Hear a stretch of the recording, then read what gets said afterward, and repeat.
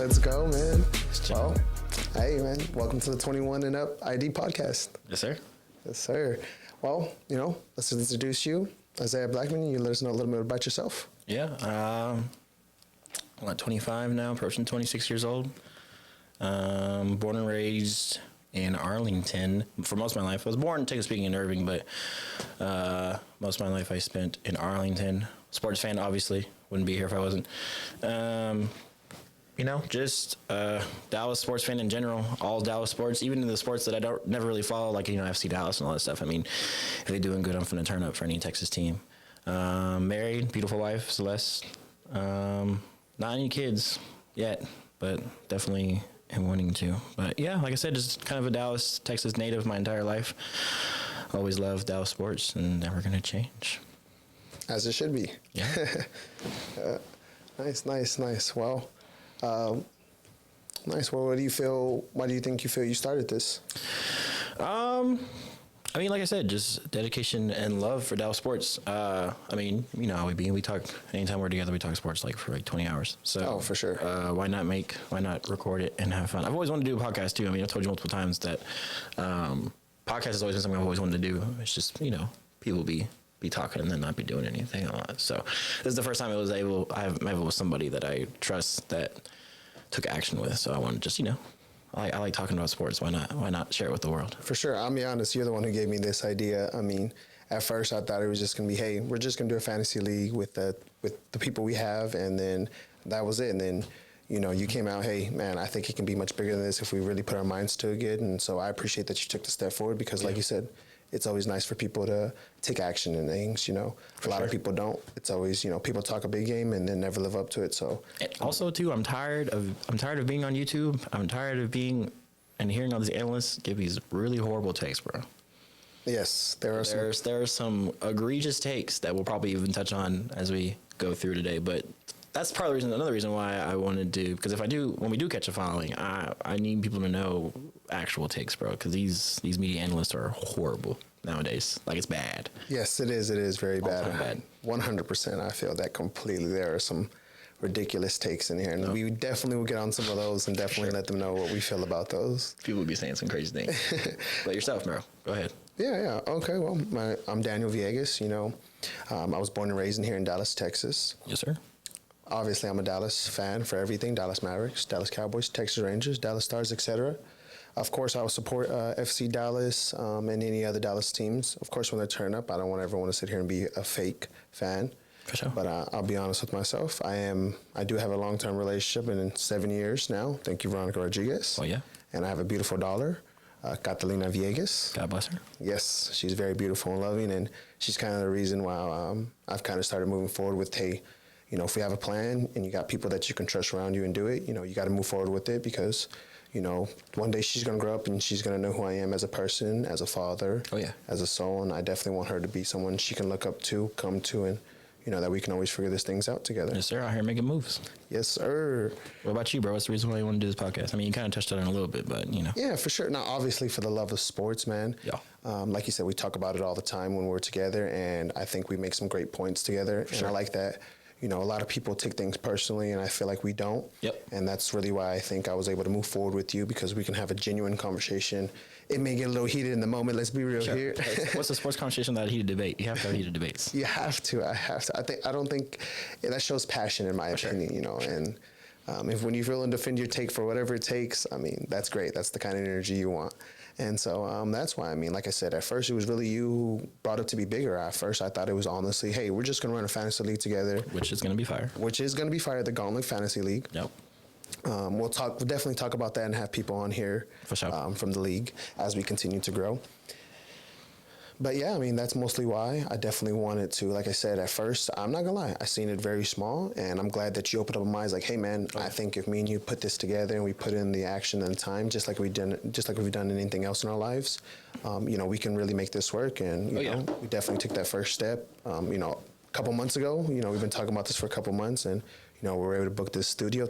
Shout out to Hello Studio. Shout out to Hello Studios. Amazing. This is a fire setup. Fire, and I appreciate it. And yeah, it's going to be great. Yeah, man. For sure.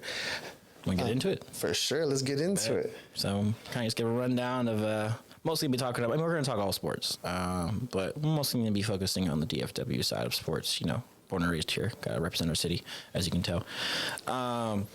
But yeah, no, kind of get into a little bit of a state of affairs here in Texas with our sports. For sure. Got some big things going on, especially with the Mavericks, you know?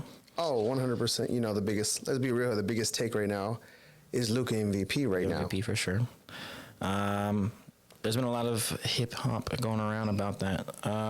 I personally am on the Luka for MVP side. I do think the only counter for MVP you can have is Jokic, personally. I feel like SGA, I don't understand where all this love. I mean, SGA's not a scrub. Let me rephrase that. I'm not sitting here trying to say SGA's a scrub. I was about to say. Yeah, he's not a scrub. But I don't. People are acting like this is SGA's first. This is really his first breakout year. Let's be honest. For sure, 100%. I mean, he had a decent year last year, but this is his first like breakout, like ascending to a stardom level, like a star level of play. And I'm not trying to take away from him on that anyways. But when compared to Luka, since he has came into this league, has just been a star without a doubt. 100%. I mean, rookie of the year. Yeah. I mean, 5-time All-Star. And the crazy thing is, SGA was drafted in the same draft class as Luka. And this is the first time I've ever heard SGA's name at this level. I mean, I've heard bits and pieces of him in the past. Like I said, he ain't a scrub or anything. No. But I don't understand why or how SGA is in MVP talks. I think he's third at best. I have him. He doesn't beat Jokic. He doesn't beat Luka. I think the only people that are on his tails are Giannis and I want to say Tatum, but I don't like Tatum. Wow, the man with the best record in the NBA. You don't like him. It's because ever since he has came into the league, this man has had a least conference final level roster. He has never had worse than a conference finals level roster since he's came into the league. And he's been in the playoffs either second or third round. He's made 4 conference finals, yeah, one finals appearance in his time. Yeah. So like for Tatum, it's just to me, it's like I'm not, like I said, I'm not calling him a scrub or saying he's trash. Sure. He's not trash or anything like that. I don't want any Boston Celtics fans to blow their top off, but he's not trash. But I just, in compared to what Luka came into to the Mavericks, compared to what Tatum came into, I expect Tatum to be in the Western Conference Finals or in the playoffs, Eastern Conference Finals, or second round or above every year because his squad is equipped to do that. Luka, I mean, we were after the Mavs won in 2011. I mean, we made the playoffs a couple of times, but there was no squads that were. We're going to make a deep run. Yeah, we're scaring anybody in the West. 100%. So Luka came into basically nothing, and I mean, it took him a while, obviously, to carry a squad. But I mean, what do you expect? You come into nothing. It's hard to. Especially, I feel like it's even harder in basketball because basketball you play 2 ways. You play offense and defense. 100%. And football is different. You know, if you're a quarterback coming into a trash team, you don't have to worry about the offensive side of the ball. But in basketball, you're playing both sides. You know, you make a shot, you make a 3, cool. Now go play defense. Yeah. You know what I mean?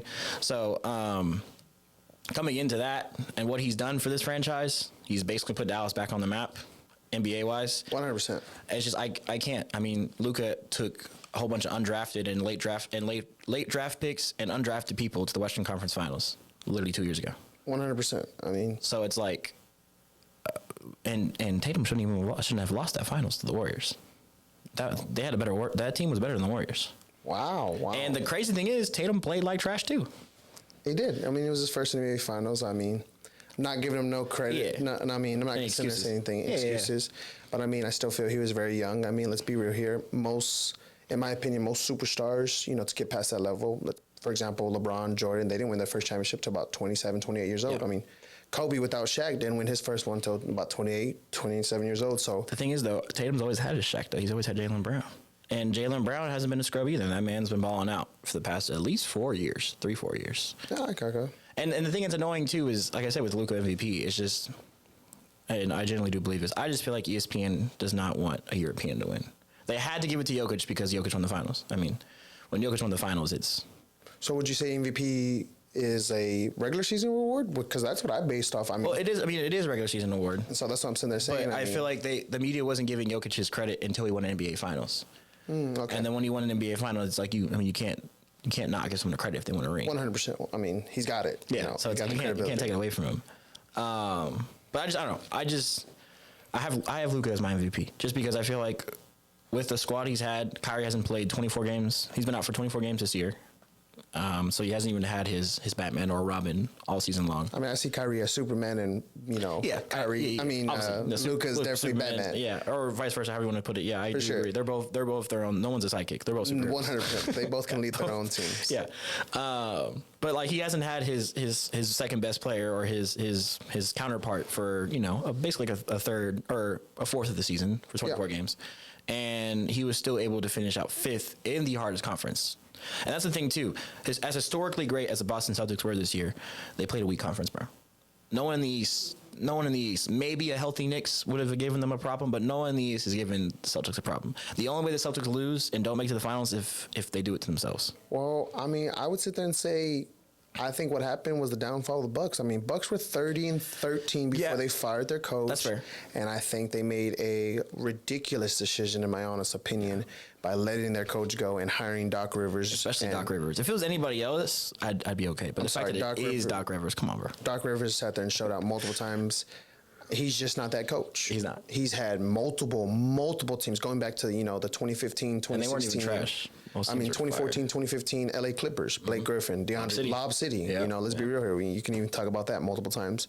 So, I mean, and Giannis is an MVP caliber player. He does, but here's what I would give you. They're the only two out of the Eastern Conference, out of the top 10 rankings that are in the MVP rankings. Yeah, MVP wise, yeah. That's what I'm saying. I mean, even superstar wise, let's be real here. I mean, maybe maybe that's a hot take too, because they were talking about the other day. Maybe is Jason Tatum a top 10 player? I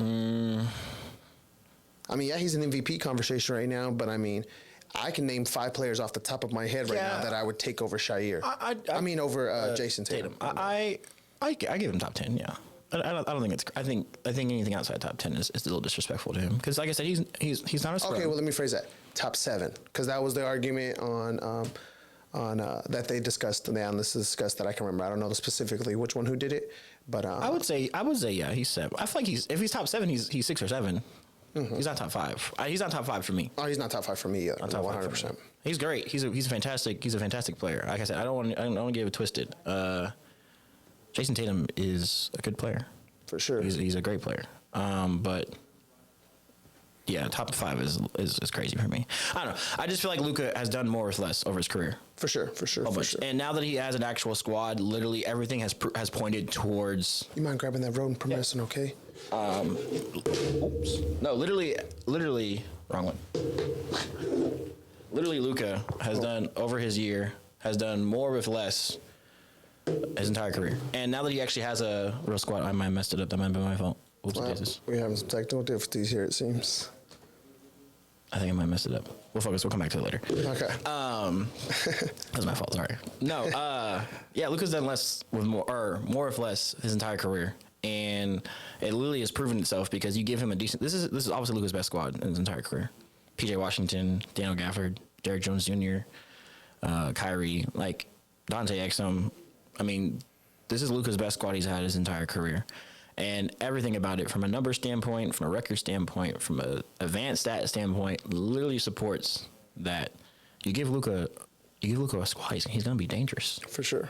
I always say Luka's a multiplier. He doesn't add to your team. He multiplies your team. He makes your team way better. I mean, Daniel Gafford went from being a wizard that no one really knew about to, I mean, he wasn't, like I said, he wasn't a scrub or anything, but like he played for the Washington Wizards. Like, come on, bro. No, let's be real here. Yeah, he played for Washington Wizards. So, I mean, he went from Daniel Gafford being to now leading the NBA in field goal percentage and being essentially a household name because Luka essentially made that, I mean, not made that man's career, but he made that man like 10 times better because of the player he is. 100%. Because of the player, what attention he attracts, his IQ, his passing. I mean, like, he makes people around him better. So, I mean, like, it's hard for me not to give it to Luka. Like I said, the only person I see above Luka is Jokic, obviously, because Jokic is similar to Luka. He makes everyone around him better. 100%. Great IQ, great passer, great scorer. Same thing with Mavericks. I don't think we're successful without Luka, and I don't think, obviously, the Nuggets are not nowhere near where they are in my opinion, as far as success level without Jokic. And I think too, like you take Jokic away from the Nuggets. The Nuggets they're not anywhere near final contenders. So they're still at least a decent team. You still got Jamal Murray, Michael PJ, great role players. Caldwell Pope, all that stuff for sure. But Aaron Gordon, I ain't gonna lie, people sleep on Aaron Gordon. Aaron Gordon too. Plays at a high, very, very high level. But you take Luka away from the Mavs, especially before Kyrie got there. Even with Kyrie there, you still take Luka away from the Mavs, and that team, it's not that great. For sure. I'm gonna stop you right there and let's see if we can go ahead and get our logo back on real quick. Yeah.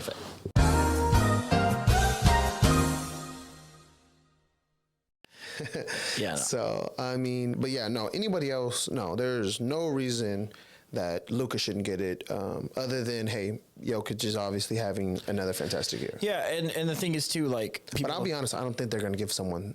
I don't think truly they're going to give someone three-peat. Because if that's the case, LeBron should have had a three-peat. Yeah, LeBron, Kobe, Dirk, Shaq. Shaq. Yeah. I mean, there's so many players that if that's the case, then there's multiple players that should have more than one MVP or none because Well, the problem is just because MVPs is it's ran by the voter, or it's ran by the media. Media are the voters. So I think it should be ran by the NBA. Yeah, or the players themselves. The players and coaches. Yeah, I agree. It. If you ain't interacting with these guys, if you're not playing on the same court, game of basketball, you should not be doing that. If I have to guard Luka for X amount of games a year, I should be able to tell you if he's MVP or not. Yeah. If his man's cooking me, dropping 50 on my head, he's MVP. Yeah, and I've played him 4 or 5 times a year. I'm like, man, Luka again, man. I'm tired of seeing him. Yes.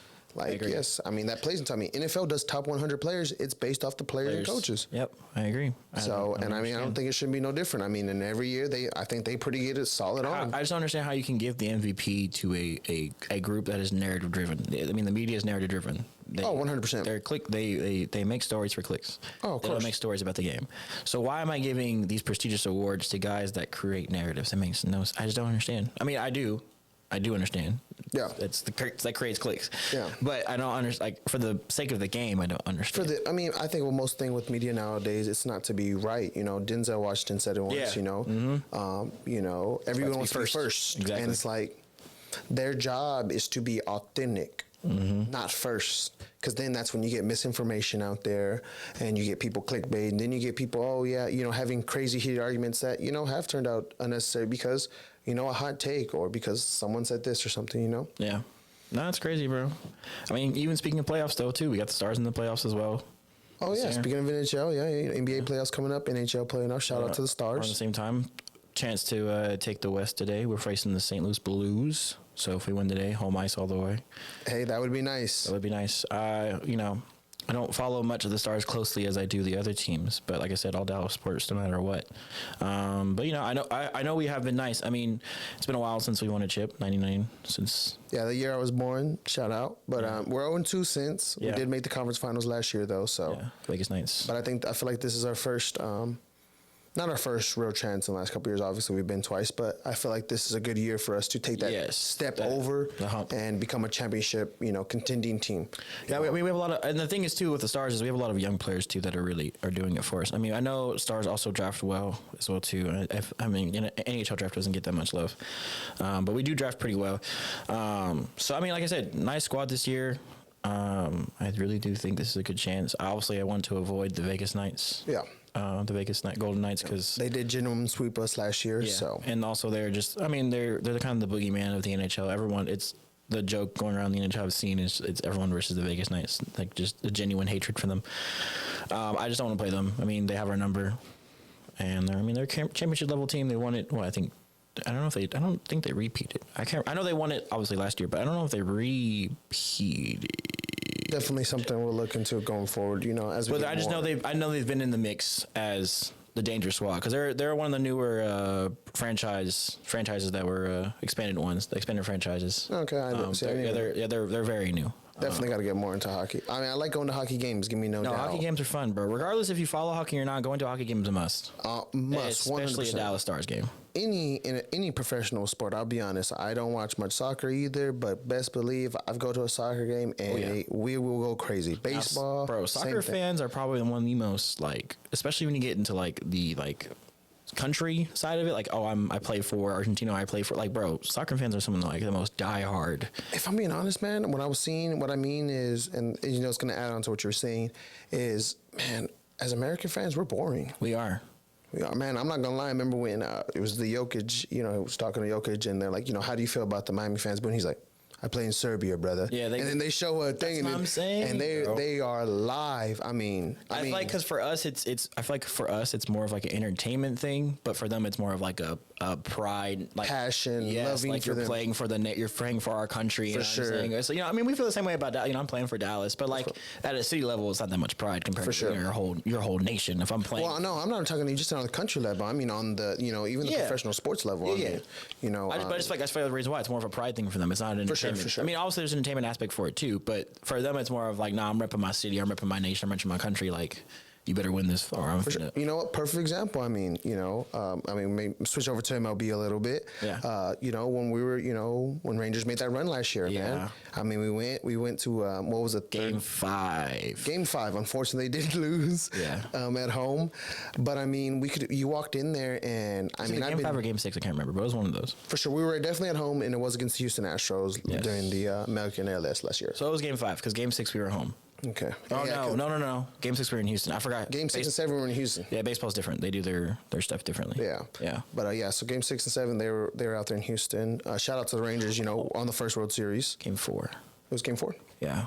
I'm slow. I forgot. It's because baseball does it different than basketball in terms of like how it's played. For sure. I just know we were for sure at the game, because in basketball it's top seed 2 at home, away team 2 away, and they flip flop back and forth for 5, 6, 7. But baseball, it's a little bit different. So that's why I got it confused in my head. Because 6 and 7 were in Houston. Yeah. And then games 3, 4, 5 were in Arlington. We're at Globe Life. Yeah. See, I didn't even know they did it like that. I think about it. I thought it was just, hey, one home, one away. That's what I'm saying. I thought it, but yeah. Sure, I get you. Because the NBA does it like that. Yeah, NBA does do it like that. But yeah, no, the Ranger fans, I mean, I'm glad we won the chip. 100%. But y'all were horrible. Terrible. At that Game 4.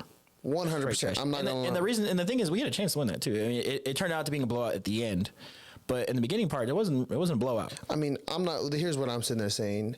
If we're walking into any playoff, and this is shout out to other countries, shout out to other places that I've been to.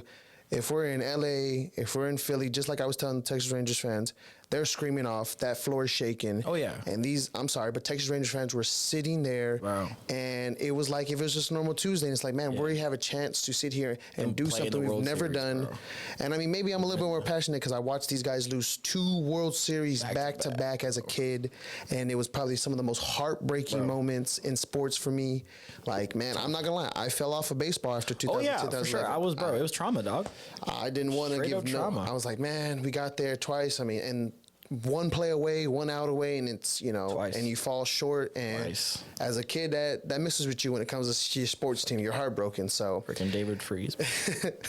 I'll never forget his name, man. We'll see you tomorrow night. I was like, bro, I don't want to, dog. It should have been over. Seriously. So yeah, no. I'm not gonna lie, but it wasn't playoff intensity energy, and that's probably why they won every game on the home. Every game on the road and not at home, and that's just my honest opinion because it wasn't home field advantage for them because our fans were terrible. Especially in that series because it was a in-state rivalry. 100%. So you had people. It's not like when we were playing the Diamondbacks where you had to travel from Arizona to Texas. No, it's just a 4-hour drive and you're here. And I'm not gonna lie. Even shout out to the Houston Astros fans. Yeah. I don't, even though I go Rangers all day.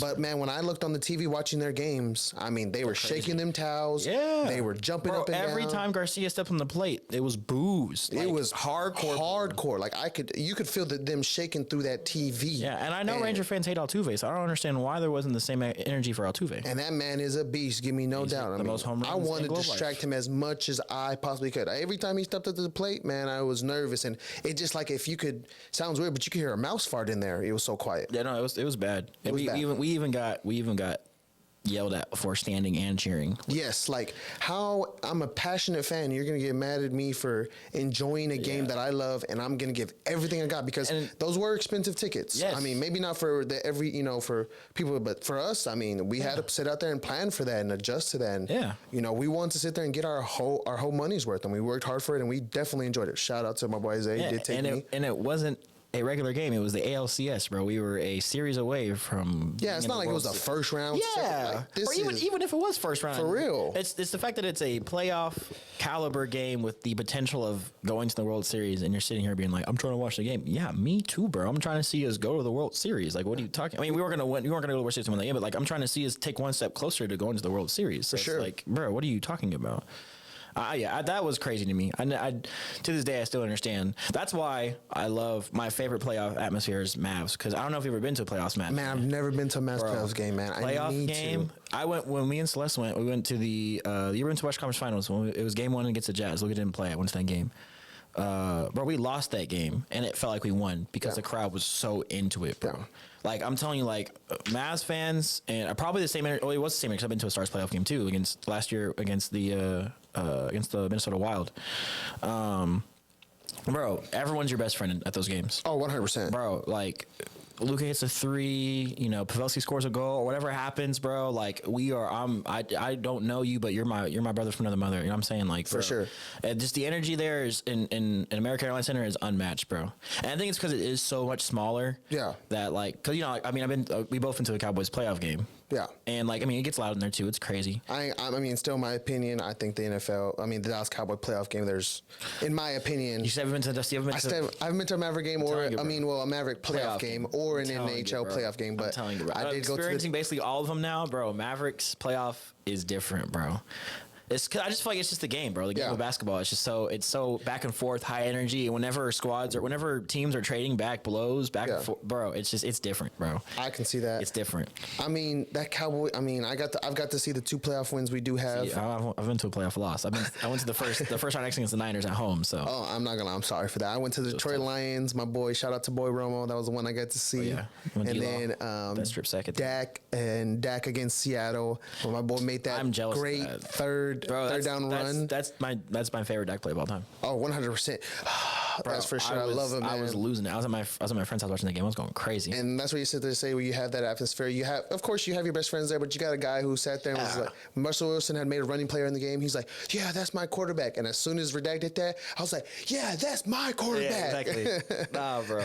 I'll be getting into it, dog. It's just so much fun, bro. We need to go to the Dallas Mavericks. Man, you know what? Definitely go. You know what? We'll make that plan this year. Maybe even get a little podcast in there. That'd be fire. That would be fire. Something quick. Obviously, at a game, it's going to be very, very different. You, bro. Like and I don't even get to see Luka play. Yeah, and that's what I'm saying. Like, I've never seen Luka play in person. That's what I'm saying, bro. If Luka didn't even play that game, and I still think it's the best playoff experience.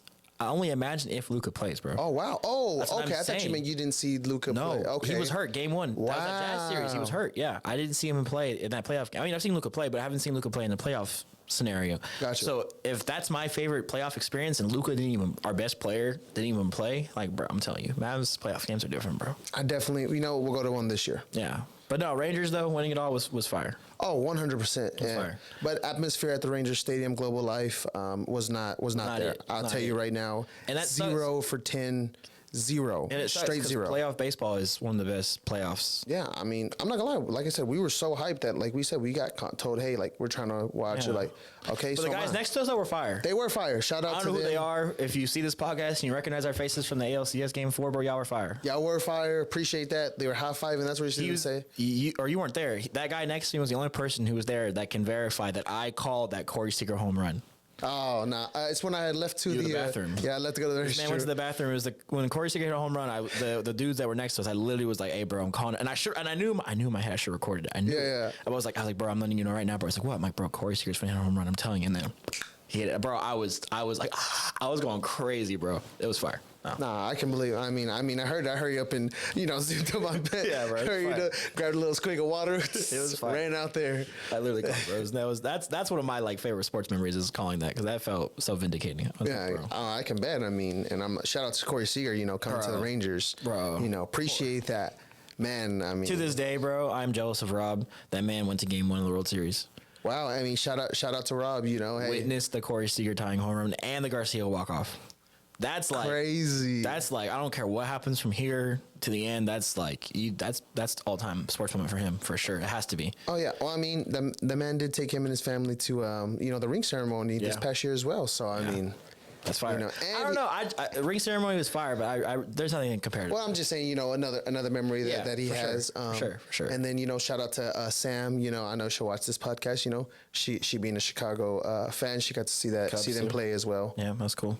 Yeah. Nah, bro, that Corey, I was at work, bro. I'm so mad I had to work. I had to work that game. Actually, I couldn't watch it. I'm mad, bro. The entirety of the playoff, each round, I was off for every game, basically. So I could watch every game without a problem. And it was the World Series that all the game, I mean, obviously prime time, but that was a World Series that decided to be on every single night I worked. So I only really got to physically. I mean, I was keeping up with the game, obviously. I was working, but I had my phone. I ain't gonna lie, it was the only time I had truly watched. Not the only time, but I mean, we're able to where I sat there and was like, you know what, I'm gonna plan for this. I'm gonna make sure I watch every single game from start to finish. Yeah. See, that was me for the entire playoff run until the World Series. The World Series, I had to basically work almost every game. I remember because we always try to make plans, you know, when it comes to sports to be together. I work. You're like work. I was like, man, come on, bro, we need to make this happen. Because it was prime time. It's because it was the World Series. I remember I was upstairs at my job. Shout out Kitchen Cocktails. Very fire, by the way. Yeah, I was upstairs in my job, and it was slow, obviously, because it was the World Series. So we're not a sports place, so we don't attract a lot of business during the sports time. But you do attract stars. I've met a couple people on my job. It's been pretty cool. But yeah, I was upstairs and it was slow, so I was able to tune into the game every now and then. And I missed the live. I turned on my the game after Corey had hit the home run. So I saw him walk around the base, and I was like, bro, I went crazy. And everyone upstairs was like, bro, what's going on? I'm like, all my guests like, what's going on? I was like, bro, Corey Seager just tied the game. And they all knew it was like, oh, what? It was, it's kind of a cool moment. I'm glad they at least knew what was going on. Else I would look crazy than them. Yeah, of course. I just turned up out of nowhere. But yeah, no, I when that happened, bro, I was going crazy upstairs. I was just like, bro, because that's huge, bro. That's every kid's dream. To tie the world, you know what I'm saying? You have a home. I mean, obviously the next big step would be the walk off that Garcia had. That's of course, next kid's dream. But that is every sports fan dreams of for your team to do. And that Garcia walk off. Now I got to watch the Garcia walk off live. Yeah, that I made sure. That was because I knew Garcia was gonna do that, bro. Yeah. I just knew because come on, that man was going crazy in the postseason. Oh yeah, last year. I mean, he set a single season postseason record. He had 22 RBIs. That's insane. I mean, so that man was going crazy. So I knew he was going to get the job done. I just knew Corey Seager had to set us up. So, but nah, man, that postseason run was magical, bro. Was magical. Undefeated on the road, baby. You know what's crazy, bro? Undefeated on the road, and what was it? I can't remember what it was. What was it? Tampa. There was a post I saw where it's the initials for who we beat spelled something. It was wild. Spelled road, didn't it? No, I don't think it was road. I can't remember what it was. Oh yeah, Rays. Yeah, Rays, Oilers, Astros, Diamondbacks. There you go. See, I knew it. That was crazy. I was like, it's spelled road if I'm not mistaken. Yeah, but I was thinking Tampa in my head instead of Rays. Rays, So I was like Toad. No, that doesn't make any sense. But no. But yeah, no, that was that. I don't know. It was just crazy. And the fact that we went undefeated on the road is insane, bro. That was, man. I'm not gonna lie. I mean. Now that I said, of course, I experienced any game, but we should have went to a road game. At least the Houston one. Yeah, it was down. I feel like we would have had. You know what's sad? You know how sad it was. We probably would have had more fun on the road in Houston, in Minute Maid Stadium, having fun than we had fun in our own home stadium. 100, which is, I'm not gonna lie, again, very very sad that that I have to say that. Yeah, there's no way I should be in Minute Maid in Houston, are surrounded by Astro fans, the worst fan base, and have more fun than in Globe Life with my own fan base. That makes 100%. I feel that. No sense whatsoever. It also could have been the section we sat in, because I've heard that sections change. Remember, Isaac and Eric's had a different section. They said they were lit. They were lit. So it could have been just our section. You're right. Yeah, true. The bad luck. Okay, well then, I take back all Rangers fan, but definitely our section. Whatever section it was, was it first base line? Whatever first base line right next to the Louisiana pole. They were 125, 123? I think it was 125. Between 123 and 125, that range. Yeah. If you're in that section, you're trash, bro. You just step up. Yeah, for real. And I know y'all remember me because I sat there and told y'all that if we were in Philly, if we were in LA, or anybody else, Philly be going crazy.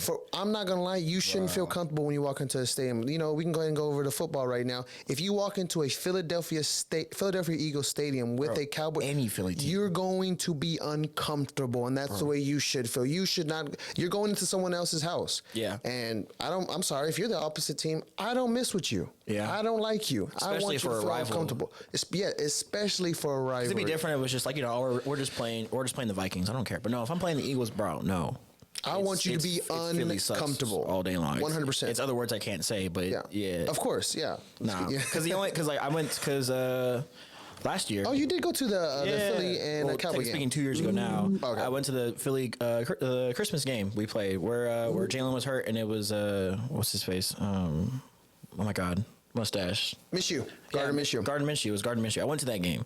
Oh, you went to the one where they were where it was just a straight offense. It was straight offense. We started off with that pick six, and then we turned it up like crazy afterwards. I ain't gonna lie. After that pick six, bro, I thought was we were scared, down, bro. No, same. I was like, oh my God, please. I was like, bro, I paid so much money for this. Please don't help me, bro. Please. I was like, come on, we talked up all this. This is a backup quarterback. Because I mean, let's be real. The first thing everybody said was, oh, well, Jalen Hurts didn't play.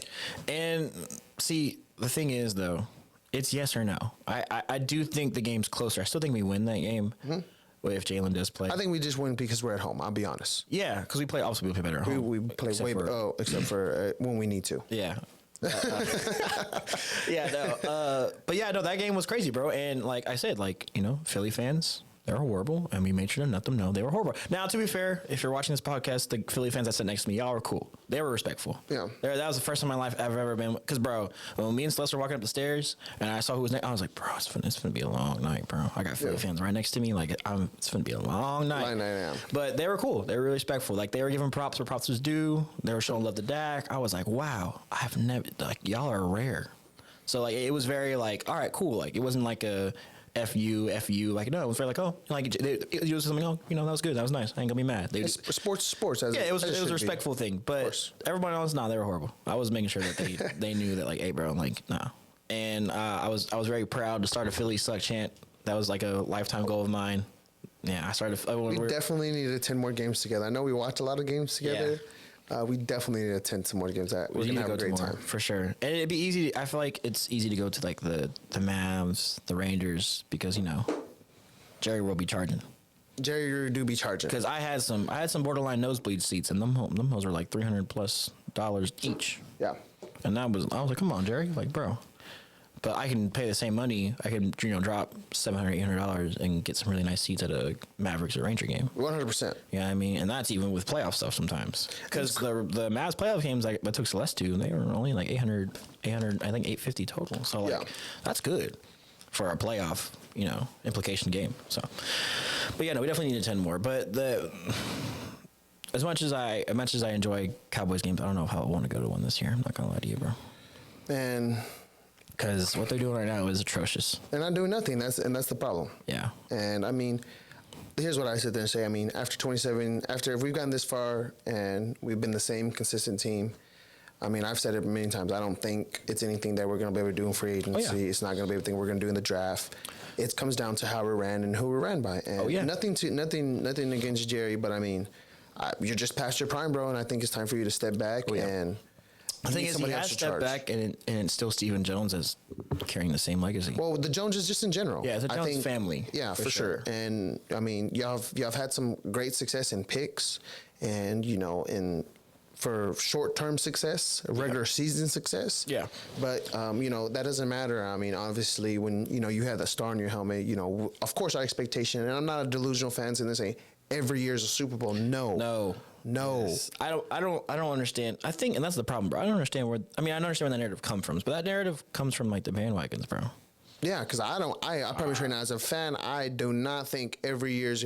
Now, the last couple of years, have I thought like, man, they've given me hope. Well, see, the thing is, it's not. I don't feel that way going into the season. I feel that way in the middle of the season. Mm-hmm. Like last year, I didn't feel that way until that stretch we had where we were playing really well. We were playing complimentary football. I was like, all right, cool. I can see this team, especially with how weak the NFC was. I was like, I can see us being in the bowl. Yeah. So like, I felt that way in the middle of the season, but not. I'm not sitting here, you know, on some preseason game like, we finna win the bowl. Yeah. Oh no, 100%. Come on, bro. Yeah, you got to see how everything plays out, man. See where people end up. You don't know Trayvon Diggs going to tear his ACL. You don't know that. Yeah, we didn't know that. And, oh my God, I'm not gonna lie. That was big. I think that's what really started. I just think we got hit right there in the knee. And we really didn't fully recover as far as a team until it was too late. Yeah, because you lost your leader, and I didn't know Trayvon was a leader like that. I mean, I knew he had some leadership. Yeah. I didn't know that he was the guy because everyone thinks it's Micah, and it's not. This year proved it's not Micah that's the leader. It's Trayvon. It's Trayvon. because that defense. I mean, and I should have seen that because the way Dak and him were going at it in offseason, like when they're in their training camps and stuff, it really did show that Trayvon's leader because Trayvon was the one who was talking the most crap, who was getting after guys, who was getting in Dak's face. You know, Dak was doing the same. And I loved it. It was great energy. Exactly. And so like it didn't click in my head that Trayvon really was a true leader of that defense. And because people want to say, oh, it's a Marcus Lawrence, oh, it's Micah Parsons. Nah. DeMarcus Lawrence is a leader on that team, but I think he leads more by example. But he does. Trayvon's a vocal leader. Yes. Yeah. And I feel like D-Law very much. There's sometimes he kind of like a tone setter in a way. For sure, that's where he is. I feel like he's the tone setter right away. I mean, always. I mean, shout out to D-Law, great player. Great player for sure. I think he definitely helps set the tone. Him and Trayvon, I think, are those defensive leaders for sure. Losing Trayvon was huge, bro. It was huge. And I mean, even outside of like the game plan and like how it affects our defense, like it on like the intangible aspect, the leadership and all that stuff, it was huge, bro. It just didn't click in my head. And then also losing Leighton Vander Esch is huge too. Oh yeah, he's definitely our run support linebacker. Yeah, heart and soul of our run defense, and we lost him at the most crucial time of the season. So I mean, and sad for him that he had to retire due to neck injuries, man. Seriously, wish the best for you. Wish the best, a speedy recovery, man. I mean, you're a great athlete. Appreciate you. Because not gonna lie, bro, when we drafted you, I was like, who? I was like, this man played 7-on-7 football. Who is this guy? That looked like that Snoop Dogg, the who? For real. That was me, bro. Like I was like Leighton who, bro? But you showed out, bro. You showed out and you showed out. You were literally you were another Sean Lee, bro. Amazing talent. Borderline could have had some Hall of Fame potential if he kept playing, but injuries just ruined you. Unfortunately. Injuries ruined, and I'm so sorry, bro, because we loved you in Dallas, man. 100%, man. Loved you in Dallas, bro. Shout out to your next adventure. Wish you best of luck. Going forward, whether it may be in. Yeah, whether it's sports or whatever you indulge. I think he started his own company. I think it was an energy drink or something like that. Yeah. Don't quote me on that, but I know he did start off. He's definitely starting something. Yeah. For sure. Yeah, no, but it was like I said that because that season, bro, I'm not gonna lie, bro, like it just felt right. Like it felt like everything was finally going our way. We were we were winning games we should win, and the games we didn't win, there was always some BS. Like that Miami game, bro. That Miami game made me so mad, bro. There was just like that fumble from Luka. I think we have Trayvon Diggs. We win that game. Yeah, and if also Luka doesn't fumble in the beginning of the freaking game, dude. Like you get the ball twice a year, bro. That him, like, come on. And then Tony Pollard not scoring on that play before. Yeah, bro, that was. I remember watching that. I'm like, I was like, bro, he's gonna score. I was about to go cheer, and then I'm like, what are you? Like he did that like weird like angle cut, and I was like, just bro, jump, just go, like just keep it. Like I don't. Yeah, that game made me mad. But all the games that we lost, like. It was usually like on some like, come on, bro, we shot ourselves in the foot. You know what I'm saying? Like, let's be real. So like, I really did feel like, all right, bet, like that team did feel different during the regular season. Like, it's actually like on some non-delusional or delusional stuff. Sorry, excuse me, on delusional stuff. Like, I truly did feel like we had changed, and obviously it didn't happen because we got blown out in our own home against Jordan Love and company, which to this day I don't know how. We lost that game. Well, I know why we lost that game. We're not. I haven't. Shout out Dak Attack, one of my favorite content creators for Cowboys. I haven't watched it yet fully, but he posted a video about how there's some things going on where it looked like Dan Quinn was sabotaging us for that game, which I felt that way when the game was going on because Dan Quinn made no adjustments. Well, it was the first time we were playing zone defense all year. We had been running man the whole entire year. Yeah. And you're going to all of a sudden switch up and then not make any adjustments. I can 100%. Any adjustments, bro. That man knew he had that job locked for the Commanders and was like, all right, bet. Let me go and get that job started early. Yeah. Like, come on, bro. And that's where I get really heated because it's like, bro. And then I don't know what's going on with CD and Dak, bro. That has to be studied. Because there's no way they're on fire all year long. All year long. The connection is crazy. And then out of nowhere. And it's not like it's like, oh, they had an off game. No. It was like, it was our first time playing together. Yeah. Like, it was weird, bro. So, I don't know. That felt like some tampering. I ain't gonna lie to you. That felt like some borderline tampering. Because it was What you mean? What you mean borderline tampering on who? On like CD, just something was going on. Like, there was something going on behind the scenes that we don't. Because, like, bro, like, that was just so. I get bad games, bad days, you know what I'm saying? But that was just, like, weird. Yeah. Especially with that duo. Yes, that duo, the defense playing like that, like, bro. Like, I mean, let's be real. Dak was obviously one of the front runners for the MVP. He had an MVP caliber season for sure. And CD Lamb had the most. Second most. He had the most. He set a whole bunch of franchise records, but and NFL wise, second in receiving yards. I mean, he was going crazy that year. I mean, what he had? I can't remember. I think he was third in YAC yards after catch behind. what's his name? Godly, Tyreek and Rashid Rice. Oh, okay. I don't know where he ranked in touchdowns. I can't remember. That one you got me on. That one. I thought in my head I can't remember, but he was going crazy. I mean, he set Cowboys franchise records. I mean, if you're beating Michael Irving, come on, dog. You're putting up some points. Yeah, you're putting up some points. And I mean, I had him on my fantasy team. You're putting up some stats. My bad. Appreciate you, CD, in my fantasy team. You were going crazy for me, dog. But no, like, that made no sense whatsoever. Like, on all levels, I was genuinely concerned and confused. And bro, the fallout, I was afraid, bro. I was like, I don't know who's leaving. I don't know what's gonna happen. And then the Jones did nothing, obviously. But like, I don't know. I have no faith for the team this year. I'm gonna be honest with you. I mean, I'm gonna be out there. I mean, I told you to hold me to that. I don't think I will really be as dedicated as I've been recently. No, I'm gonna watch games, bro. I'm gonna watch games, but I know we said that, bro. I know we're talking about. I'm not watching. I'm gonna watch the Cowboys play, bro. I mean, I'm gonna watch them. Even if we're 0-16, I'm gonna watch them. I love my team, bro. I mean, I did get to see them go 4-12 that one year. Yeah, that was terrible. It's like it's like your partner, bro. You're like, bro, I'm dumb. And like, I'm not talking to her the rest of the day. And then, all right, bro. We can go get something to eat. You know, Let's go. You cool. I'm the same way, bro. I'm like Cowboys made me so mad. They pissed me off. I was like, nah, man. F that team, bro. I might watch them next year. And then I'm just like, who they playing? Oh, they're playing. Okay. Yeah, I'm down. I'll be there. I'll watch you. I'm down. Like, that's the same way, bro. It's just my team. I have to. I will feel like I'm betraying them. But I'm not expecting anything next year. I'm not getting hyped. I'm not being like, oh, like, I'm not defending. I'm not sitting there being like, oh, like, no, we're playoff caliber. Nah. If we are who we are. For sure. If we're trash, we're trash. Even if we somehow still go 12-5, I'm not expecting anything. I'm still shout out to them though, because we did keep the streak alive. Everybody talking about how bad the NFC is, yes. NFC East is, but we did repeat yet again. No, we didn't repeat. We didn't. No, we didn't. Oh yeah, Eagle won last year, and that's what I'm saying. Yeah, we've had a different winner for the last 20 years. So I don't think there's any other division that can sit there and truly say that. So I don't know how we get the NFC. Well, NFC East is not a thing anymore. I mean, it may be this year. Well, I don't know. True. I'm not gonna lie. Because the Giants, I'm not afraid of the Giants. The Giants are probably still going to be... I'm not going to lie. Eagles spent almost $500 million this offseason. They're going to be the team to watch in the NFC. So they'll probably win this year. I'm not going to lie. Them or if both of us are bad, if Eagles and the Cowboys are bad, I can see the Commanders. I don't see the Eagles being bad, though, bro. Do you really see the Eagles being bad? Seriously, bro.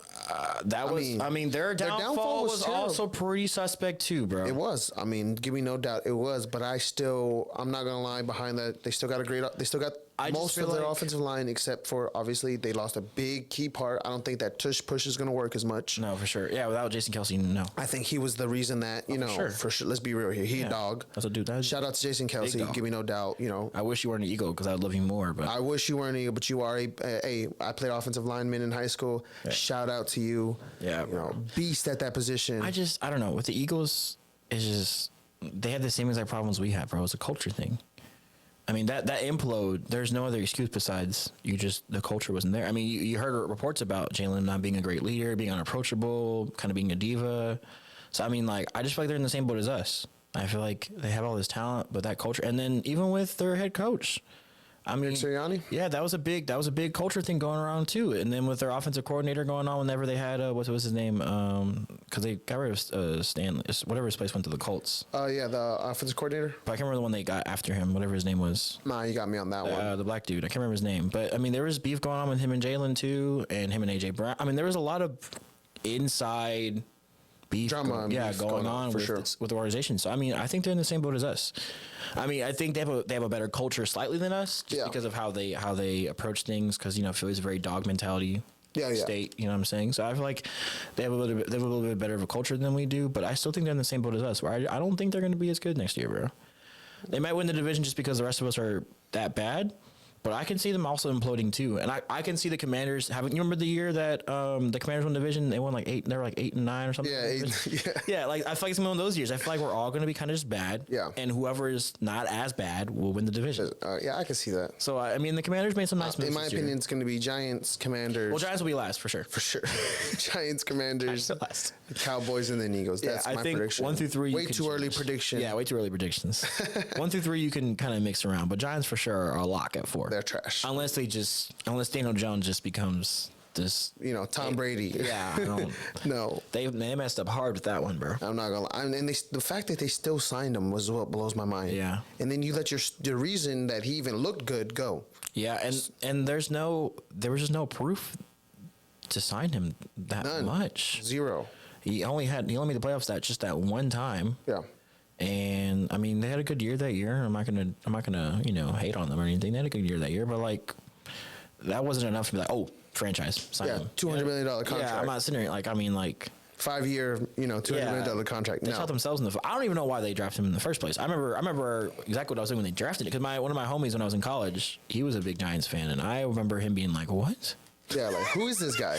And I was surprised, but I don't know. Giants are a lock at 4 for me. They're going to be the last in the division, and I think 1 through 3 you can mix depending on how the season goes. Yeah, you'll be able to get, halfway in the season you'll be able to get better. Because I do think the Commanders made some nice moves. They're not going to be a laughingstock anymore.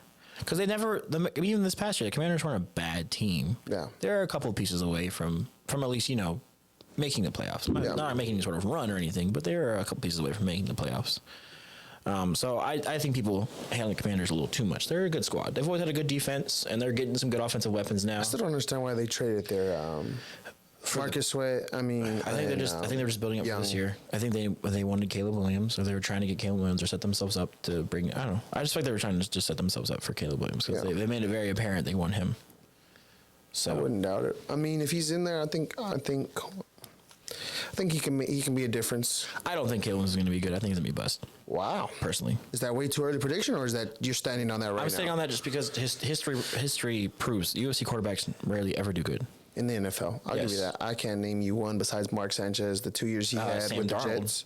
That's what I'm saying. Like, that's the most recent one you can think of that's like a big name right now. Well, I mean, that had any type of success. Okay. Yeah. I mean, Matt Barkley failed. Yeah.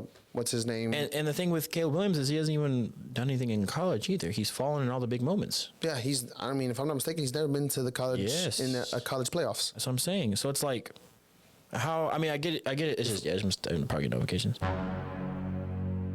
Okay, cool. Just popping up. I'm like, dang, where you good? probably PlayStation and stuff. No, and also too, just because look at Johnny Manziel. Just because you're a stud in college, it won't always translate to the NFL. 100%. And I just feel like Caleb Williams hasn't. At least Johnny Manziel, he showed some sort of caliber of championship level. You know what I mean? That's why. But I just don't understand the hype around Caleb Williams. I don't. He's not a trash player, but I don't think he's going to translate well. So who would be Drake Mayer? I don't think anybody in this quarterback class this year is going to be big. Personally, I think there's a lot of quarterbacks, but none that are not even Michael Pinks. Michael Pinks. My bad if I'm saying this right. My bad if I'm saying it wrong. I don't know. I haven't seen anybody in this year's draft class quarterback wise that I'm like, watch out. And that's why I like with what Jim Harbaugh said when he was introduced to the Chargers. Well, there's probably 5 quarterbacks going off the board, so the first pick is really the 5th pick. No, literally though. I don't feel like there's any quarterback. I think the only one I would say would have the most success. Not saying they're going to be great. Is probably Drake, but I like McCarthy. I know he had a great run game, but he's going back. I think he potentially has a. Oh, never mind. They wouldn't draft him though because they have. Yeah. No.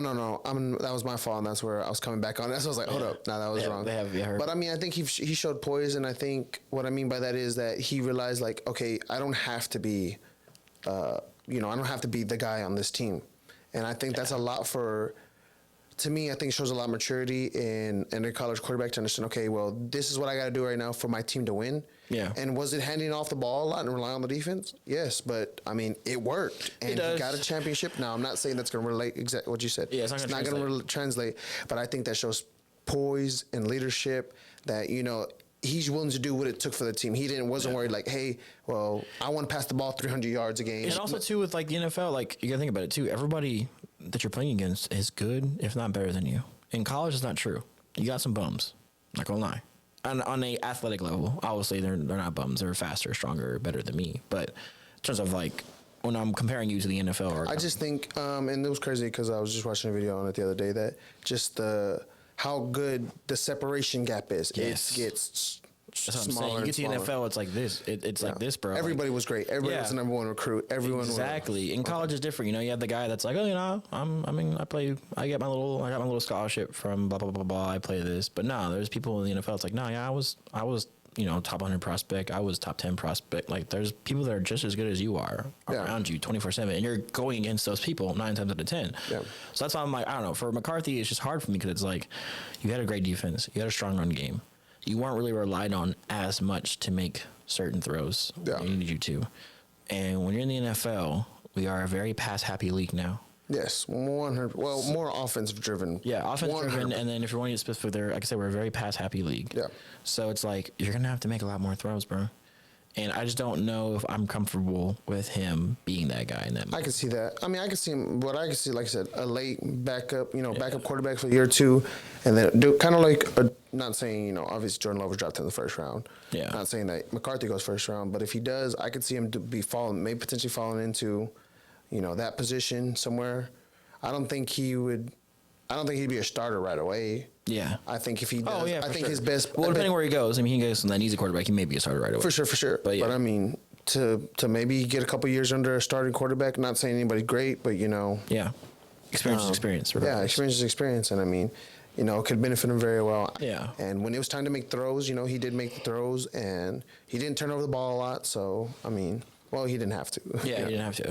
When you're handing it off, it's a lot, 20, 30 times a game. Yeah. Yeah. So you'll be fine. I think that's the one thing that's old-fashioned football. It is. Very smash-mouth football. Yes, which is great. I'm not going to lie. I do like smash. I used to think it was very boring. Depends on the player. Because, you have them Zekes, them hurdles. I take out my headphones. I'm not going to lie. It's hurting my ear back here. I think because my glasses. You're good. Like, if you're smashing through people, hurdling people, it's fun to watch. Yeah, 100%. I don't think. But I do think Smash House defense, that's always fun no matter what. Oh, yeah. Always fun. And, okay, so speaking of defense, what do you think about the hip drop tackle being banned? I think it's dumb. Football is a contact sport. It's a dangerous sport. Yeah.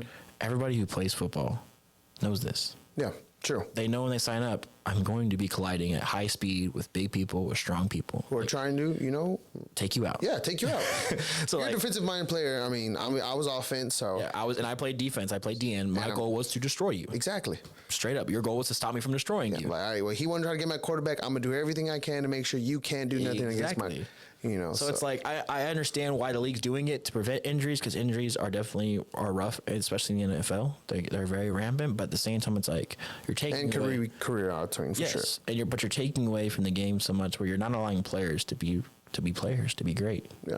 If I can't tackle you a certain way, if you're Derrick Henry, and you're this big boy and you're running hard, and I'm half your size, bro, there has to be certain ways. There has to be certain ways I have to do to tackle you. Yeah. And what you're saying, Derrick Henry is a big guy. Yeah. Mad at the Cowboys, they didn't even give him a call. Bro, not even a call. And that was crazy too when I saw the podcast where he was talking about that, because he wanted to go to Dallas. He specifically said, I want to go to Dallas. He does own 2 homes. Not saying, I know everybody caught on to the hype at first. Oh, well, he's buying a home. That was his second home he's done got in Dallas.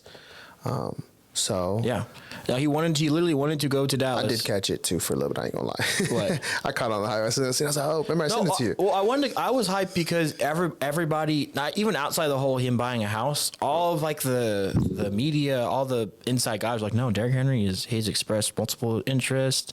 He's very happy, and there was even, I guess it was fake at this point, but there was even reports. Oh,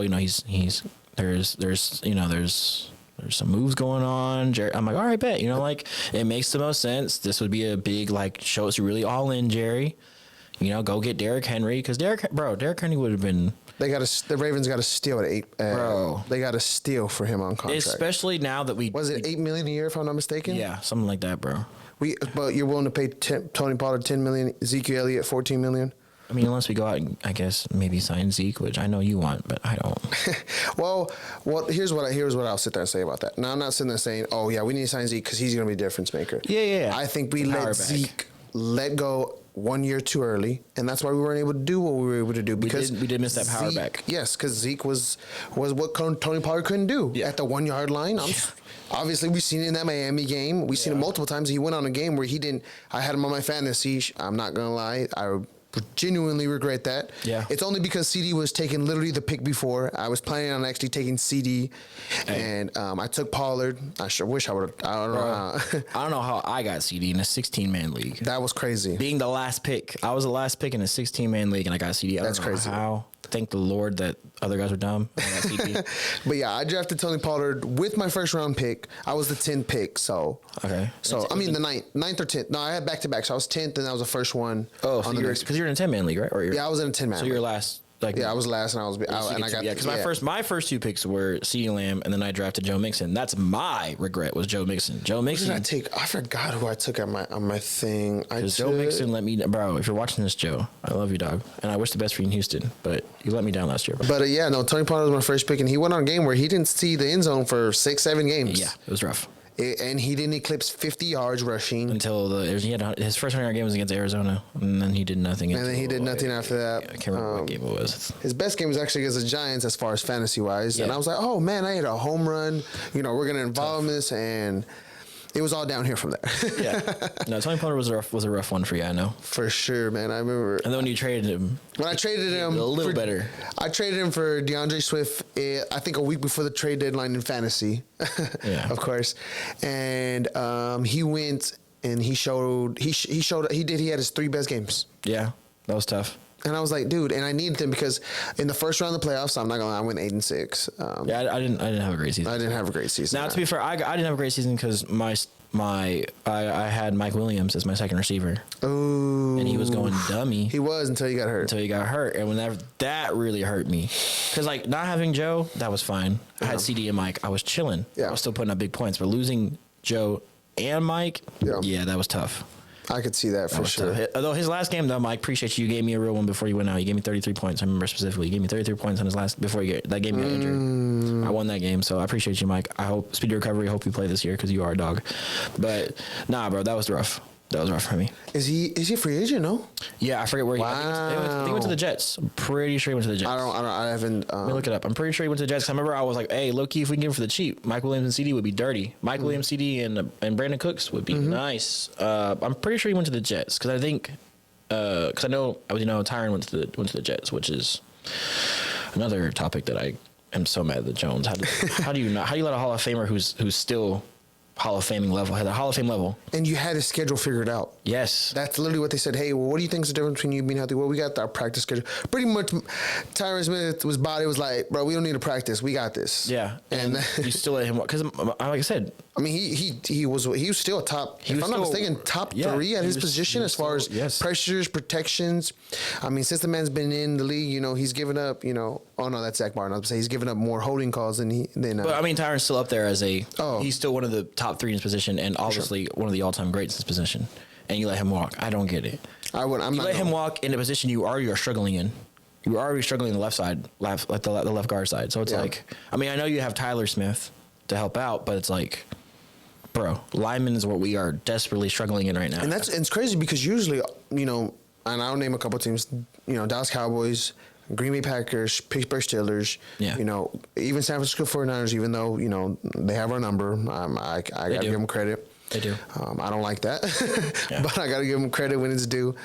They genuinely usually have great offensive lines. They do. Genuinely, and, ever since really we had those 3 All-Pros, Travis Frederick, oh man, I missed that. Bro, that was tough. Zach and even Doug, one. Bro, it was always Doug Free though. Every time I was Doug Free. 68, holding on 68. Oh god! Every time I saw a flag, I was like, "It's holding." And I know it's gonna be a Doug Free. Yeah. Holding number 68. I'm like, bro, I already know it. I already knew it. Man, just move on. Put the 10 yards back. We know who's it. We know who it was, bro. Just move it back 10. So that was his last year though with the team. After that, he retired after that year. Yeah, he did do his justice though. I mean, he still was. He had a penalty problem. I'm not gonna lie. I wouldn't go mind. I know we don't, but don't like him much. But we did have him there before. But Connor Williams is still out there for center position. I'm chilling, bro. I'm chilling.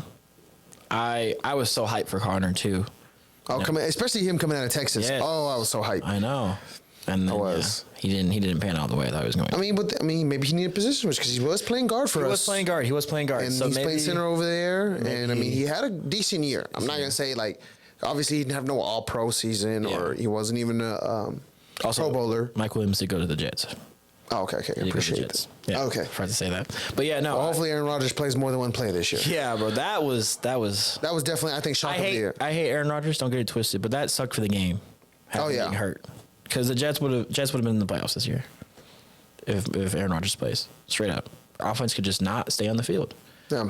And the defense was great and just kept getting tired, kept getting gassed. So I mean, that team would have been playoff caliber had maybe. Yeah, and Garrett Wilson still had a great year with nobody. Multiple quarterbacks. Not even just Zach Wilson, multiple quarterbacks. So Zach Wilson, I can't still believe he made one good throw at his pro day and yeah, bro. I don't know how that man. That's crazy. Second overall. They were looking at the back at the draft and it was like the first 4 picks are project. That's the guy who does nothing in the group project but still gets an A. Oh God, that's the same thing, bro. Yeah, he did. That was crazy. I'm not gonna lie to you. Because that was the same year. I'm pretty sure it's the same year Daniel Jones got drafted, right or no? Who? Was Zach Wilson and Daniel Jones in the same draft? Or am I tripping? Daniel Jones? And Zach Wilson, were they in the same draft? No, it was Trevor Lawrence, Zach Wilson, and Jamar Chase. And whoever it was. Justin Fields, right? Wasn't Justin Fields? No. Oh, man, I'm tripping. No, the first 4 picks were... I'm not going to lie, draft, that's the one thing about NFL. My brain is a little... Oh, no, yeah. I'll be forgetting what year people get drafted. Even with the NBA, bro, I'll be forgetting sometimes. I'm like, who? It's tough. Let's be real here. As your everyday fan, it's very hard to be like, oh, I know every in-depth. And people can say, oh, well, that's a bandwagon fan. You're not going to sit there and know every single detail about every single player. I'd be like I said, I'd be just forgetting what year. And also be getting years mixed up, too. Like, I'd be thinking certain players were drafted at certain times. Yeah, I still can't believe that. It's about to be 8 years since Dak was drafted. Bro, that felt like yesterday. Yeah. I feel like literally yesterday. I ain't gonna lie. Hopefully he gets it done. I don't think. You're right. It was Trevor Lawrence, Zach Wilson, Trey Lance, Kyle Pitts, Trey Lance. Jamar. There we go. Then Jamar. Okay. I knew he was in that top 5. Justin Fields was the same draft. I was right. Oh, first? Yeah, Justin Fields was 6. He was 11. Oh, okay. Well, I forgot. It's because I remember I was literally seeing a post. It was on Instagram that was showing that was just looking back at the 20. That was the 2018. If I'm not mistaken. 2021 draft. Oh. For the Justin Fields one, or I'm talking about right now. Yeah. Yeah, It was 2021. So, yeah, no. Like I said, I don't know how Zach Wilson is still. Sorry, wife, you need something. What do you call? I don't know how Zach Wilson still has a job. The only good game he had was in my opinion, was the Kansas City Chiefs game, and he just made some throws that were. You don't think he played good in that Bills game? He played okay. Nothing impressive in my opinion. To be fair, Josh did throw 3 picks, so he's a turnover machine. I don't expect anything. Yeah, I don't understand that either. I don't understand how Josh gets so much love when Josh is. I don't understand how Dak gets so much hate, and Josh. Because you know why he's got. Yes, I know. If he's anywhere else, Dak is going to be loved anywhere else, and despite what anybody says, let's be real here. Yeah, you can say whatever you want about Dak, but if he played for any team that wasn't the Cowboys, he would be a star because he has a star on his helmet. For sure. That's why he gets the most criticism. I just don't understand how you can look at Josh Allen, look at his career, look what he does, and not be like, oh, wow, he doesn't get it done in every big game of his life. The only thing he has over Dak, he's been to an AFC Championship game once. That's it. And he lost. And every other aspect of his career, him and Dak are similar. Very, very. And the only thing that's different from him and Dak is Dak's not a turnover machine. Dak had one anomaly year of having an interception problem. And he called it. He said he was going to have less than 10 regardless. So y'all can go back and we're keeping receipts. Facts. My boy did throw less than 10. And it's frustrating too because, like I said, it's just because he's a Cowboy and just media loves to. It's same thing with Romo. Romo was a turnover machine though. He did. Romo did throw a lot of picks. I love Romo, but he did throw. Speaking of Romo and Bills, real quick, because Josh Allen. Just speaking of, but Romo did win a game where he threw 5 picks against the Bills. He did. And he still won that game. That is crazy. Yeah, I do. So shout out to Romo. He's the Dak now. He was Dak then. Yep. And they're pretty much very, very identical in every shape, form, or fashion. Oh yeah. And the thing is too, it's like. I tell you all the time, Dak's one of my favorite Cowboys of all time. I'm gonna be honest, just because it's a real relatability factor with him for me personally. especially him being African American male. A lot of things we go through that he goes through that I respect and love about him, and he has it with such class. But like, Tony's what got me into the Cowboys, because I mean, I was young when Tony. I was a kid whenever Tony came into the league. Yeah, undrafted, and I still remember the game where he what do you call it? He took over for Drew Bledsoe. Yeah, and like I remember, like ever since then, I was like, oh, this guy's nice. It's crazy because Romo got Bledsoe. Yeah, he did. Romo got Bledsoe. He did get Bledsoe. Straight up got Bledsoe. But no, I love Romo. Romo made me fall in love with the Cowboys. I mean, Bledsoe really got Bledsoe twice. He did. He really did. With Tom. Yeah, Tom, and then Romo, and then Romo got by Dak. Yeah, because I enjoyed football. I didn't really have a team at first. Oh, okay. When I was a kid, I mean, where were you parents? My mom is a diehard Cowboys fan. My dad's weird. I don't know what he is. You don't know what your dad is? Wow. Because like, he supports the Cowboys, but he be hating. But like, he bought a lot of Eagles 90s stuff. Oh nah. But to be fair, I hate the Eagles, but their 90s stuff was clean. Ain't gonna lie. The light green, it was okay. And the Kelly green with the eagle, with that eagle holding the ball, that was fire, bro. I ain't gonna lie. I hate the Eagles, but different strokes for different folks. The 90s stuff was swag. I ain't gonna lie. But he was, he was an Eagle. I think he was an Eagles fan. I ain't gonna lie. I like Vikings 90s stuff. I like all NFL 90s stuff. Yeah, true. Cowboys 90s stuff was fire. The 90s were, not just this thing. Goated. Yeah, they're goated. For sure. No, but my dad's weird. I don't know if he grew up. I know he grew up a Cowboys fan. Question mark. I mean, he was around for the rings, so But my mom for sure, diehard Cowboys fan. She a lock. I know she's never wavered. Always for sure, diehard Cowboys fan. Yeah. So like I said, I just kind of grew up enjoying sports. I enjoyed watching football, but Tony Romo was what drew me into the Cowboys because I liked who he was. I liked his game and stuff. So he was my first like, oh, okay, man, I'm gonna defend this guy no matter what. But Dak, for me, like I said, Dak's like my favorite Cowboy of all time, borderline favorite player of all time. I guess I'm biased on offensive lineman. I think it's Zach Barton and Tyron Smith, which is fair. I mean, I love Zach. They're both Hall of Famers and one of the greatest of their positions. Especially Tyron Smith at first. His first year, obviously, he did have holding problems, and then he came through. That boy. Yeah. Tyron's just huge, bro. He's literally building a factory. I'm sorry. 6'5", arms are literally down to his knees. He's the only lineman, and y'all can take what y'all can of this, but he's the only lineman I know who has a six-pack. No, that man's huge. He's 285 pounds, 300 pounds. This man has a six-pack. Like, wow. And he's just a dog, absolutely on the field. I mean, if I have one offensive lineman, I'm not going to lie, it's between Zach Martin and Tyron Smith. Yeah. As far as Cowboys, there are some other great linemen. I'm not gonna. I would hate to be a linebacker. I hate to be a safety or a corner, and they're doing one of those running plays where he's running down the field with a running back. A full speed Tyron Smith. Go ahead, bro. You can score. That's fine. What we saw is you got to take out those linemen's legs. That's what they always tell the corner. They take out their legs. It's a business decision at that point. I'm not going full speed at Tyron Smith. I ain't gonna lie. Crazy. It's a freight train because they move too. I mean, you're surprised. I mean, I'll be honest. Most people don't realize big men can run. These men are very, very. I mean, obviously they're professionals. These men are very, very athletic. At 200-300 pounds and able to move at. I'm sorry, if something is 300 pounds and moving at you at 20 miles plus an hour, bro, you got a problem. Yeah, and I mean, I ain't gonna lie, the one I would never want to see in a one-on-one or running at me is Trent Williams. That's fair. I'm not gonna lie, that Green Bay one, that bullying, that's literally a Coke machine with legs. Oh yeah, bro, that man's huge. That man and is a beast too. He's a beast too. Definitely all-time great in his position as well too. I'm surprised I forgot he had been in Washington. He started off his career in Washington for so long. It took me. I think if I'm not mistaken, he spent like his first 5-6 years with Washington. I think so.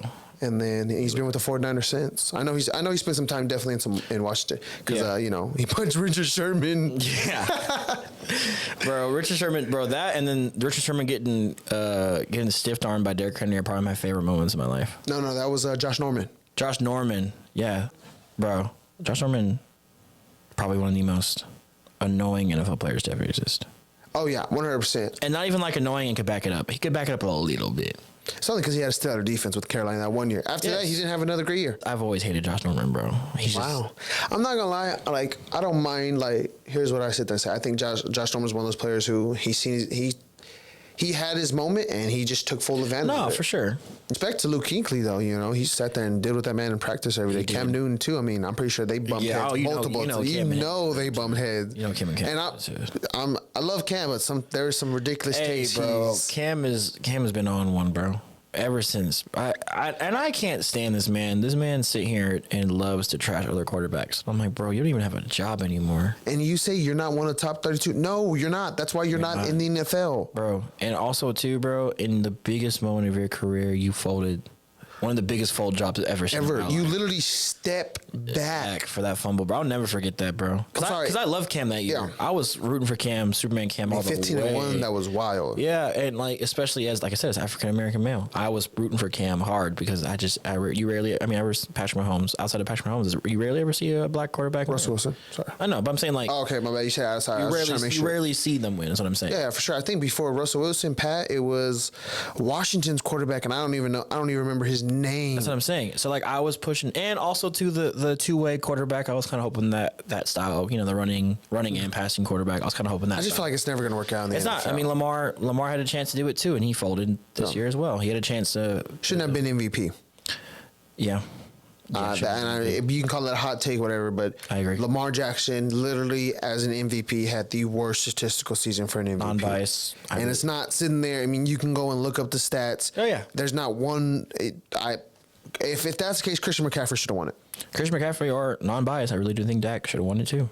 That for regular season, since it is a regular season reward, yeah. I'm not biased. Brock Purdy had an amazing year. I could say I wouldn't take it. Lamar should have not won that. He won one game against the Niners.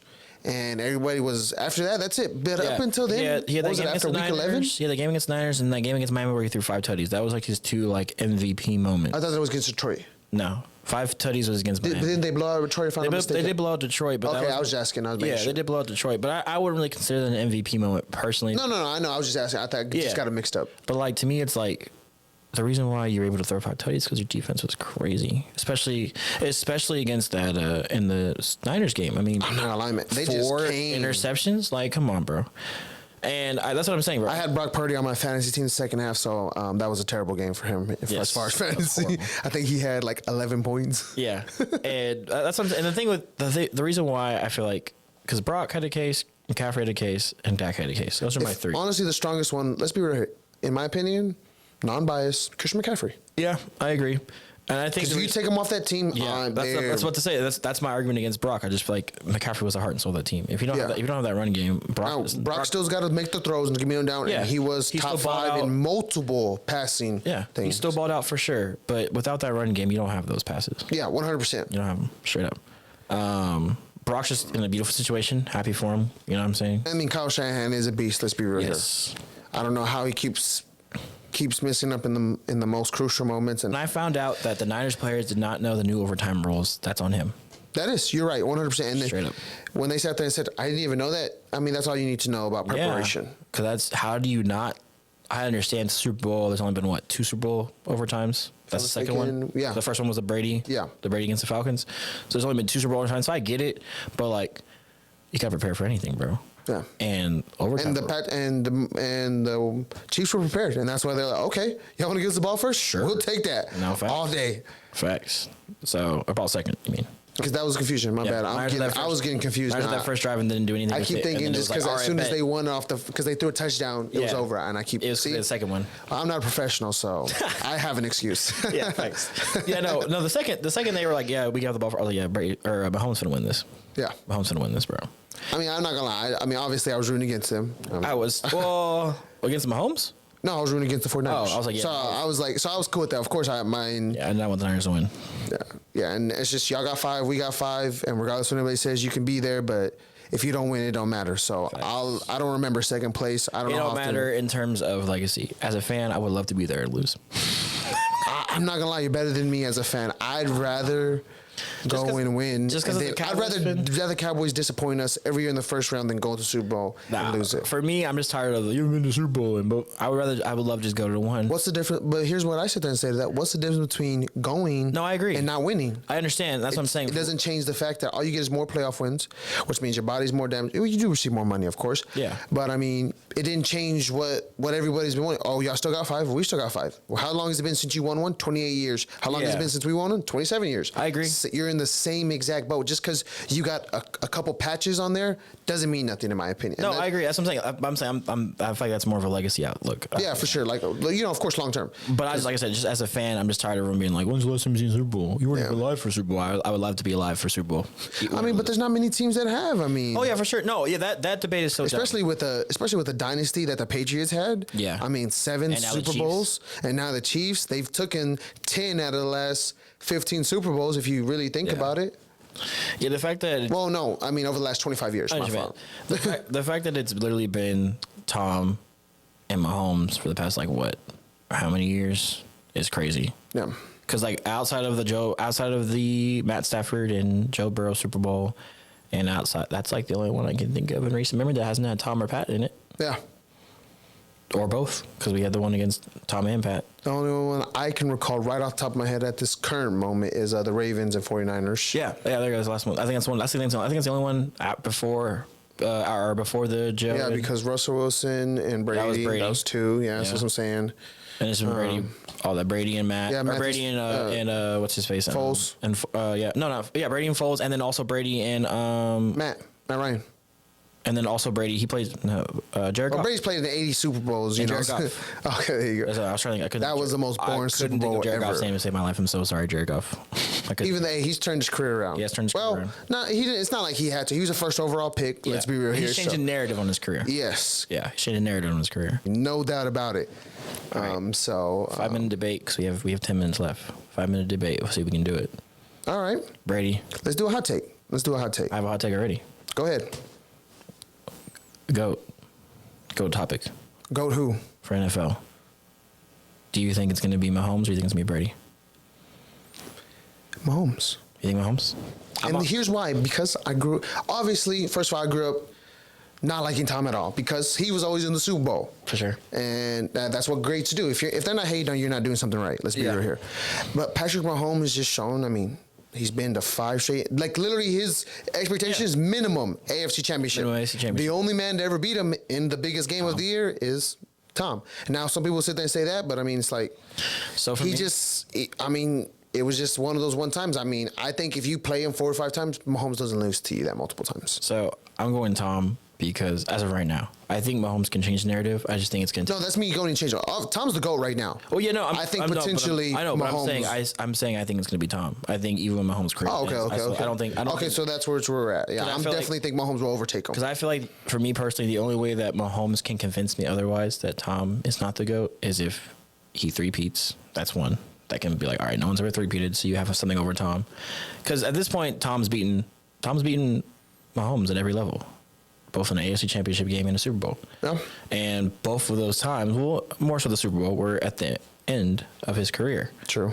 So you're not even facing Tom in his prime, and you're not in your prime, but you're young, and you're stronger, and you're faster, and you still weren't able to beat him. Now, caveat, obviously Tom had a better defense that year than Mahomes did in the Super Bowl.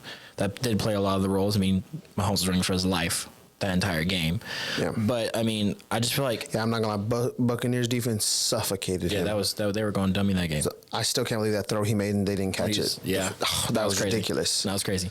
But I just feel like with Tom's career and with how crazy he was, like I said, you have to have things over him that's never been done. So a three-peat, and then you have to win more than him ring-wise, which is possible. I mean, he's already at what? 3? Yeah. And he's in his 5th year, 6th year. So I mean, like, it's projected to be.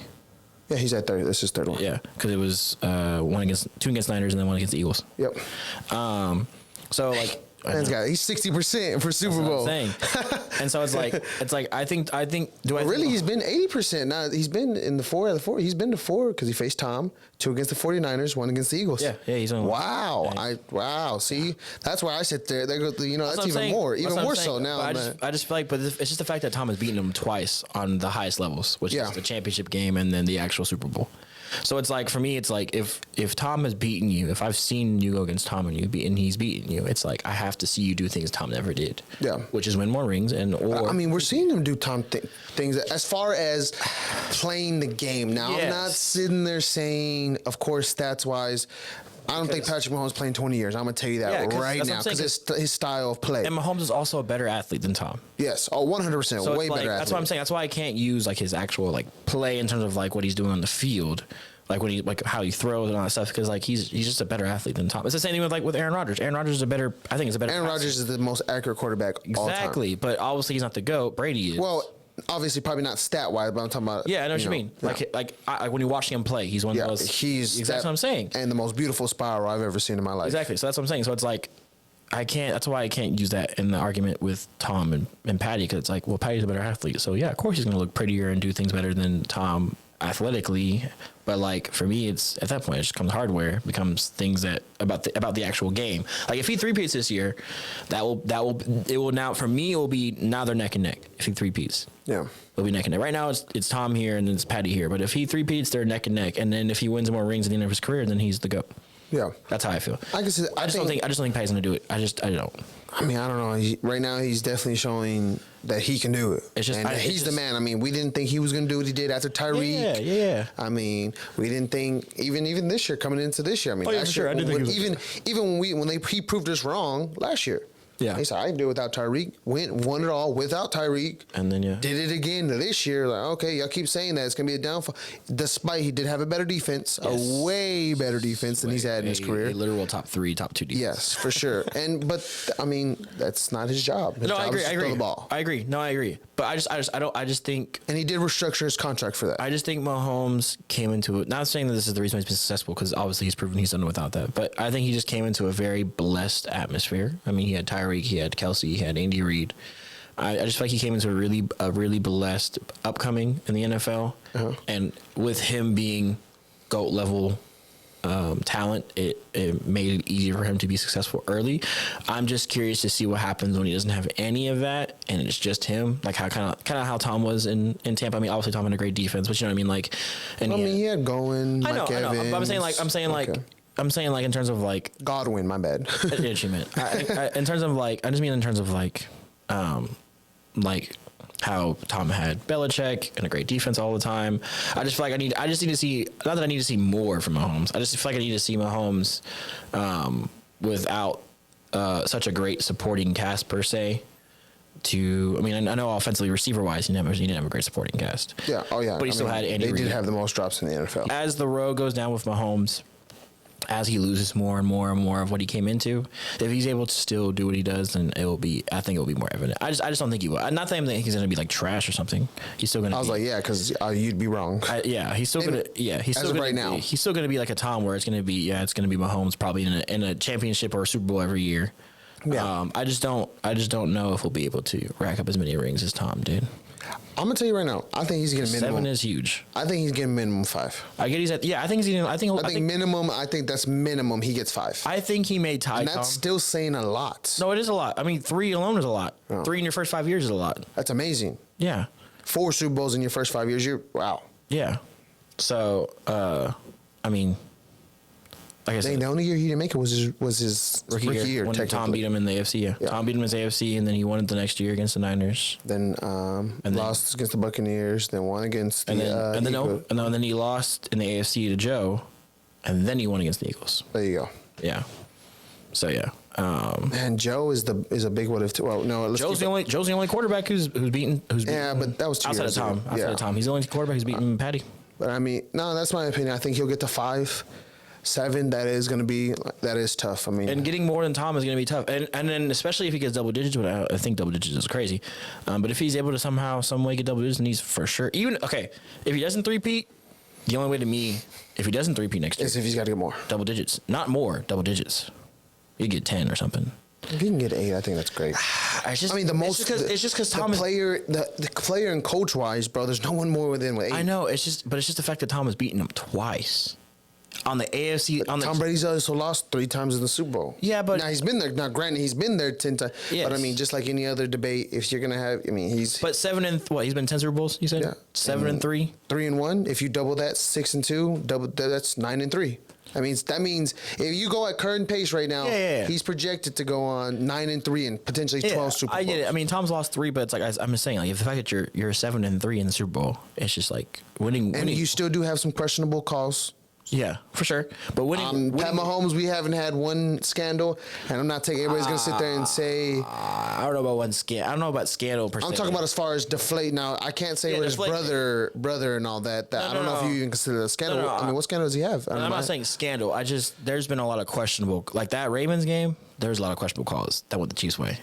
A lot. I'm not gonna lie. Well, I mean, it's not. We got to remember. We got to be real with ourselves. I mean, sports, they're entertainment. Yeah, I mean, there's probably some, Maybe, I mean, everybody can say what ifs or buts, but we don't know what's going on behind closed doors. I can't remember if it's the NBA or the NFL, but there was that referee who retired from said sport and was like, yeah, no, we would. Well, I mean, yeah, you got the Dallas Mavericks, and we would do calls. In Miami, that game, obviously, they got convicted. I still don't understand why it shouldn't have gone. And that's what I don't understand about cheating either. Like, if you cheat that year, bro, I don't think you should have. And you've been investigated, and it's been proven. Shout out to Houston Astros.